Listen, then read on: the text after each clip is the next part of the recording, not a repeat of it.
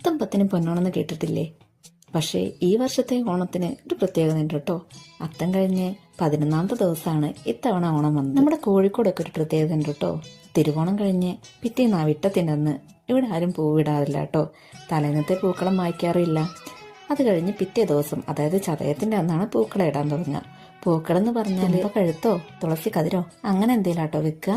ആദ്യത്തെ ദിവസം 1, രണ്ടാമത്തെ ദിവസം 2, അങ്ങനെ 12 ദിവസം വെക്കും.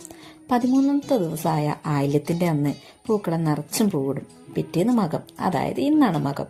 മകത്തിന് നിറച്ച് പൂവിടുന്നു. നമ്മൾ 2 ദിവസവും പൂത്തല നിറച്ച് പൂക്കളിടും. എന്നിട്ട് മകത്തിന്റെ അന്ന് വൈകിട്ട് എന്തേലുമൊക്കെ ഒരു മധുരം, അതിപ്പം പായസം ആയിക്കോട്ടെ, അവിലും ശർക്കര ആയിക്കോട്ടെ, എന്തേലുമൊക്കെ ഒന്ന് വെച്ചിട്ട് നമ്മൾ പൂത്തറയ്ക്ക് 4 വശത്തും വെച്ചിട്ട് പൂത്തറ മറിച്ചിടും.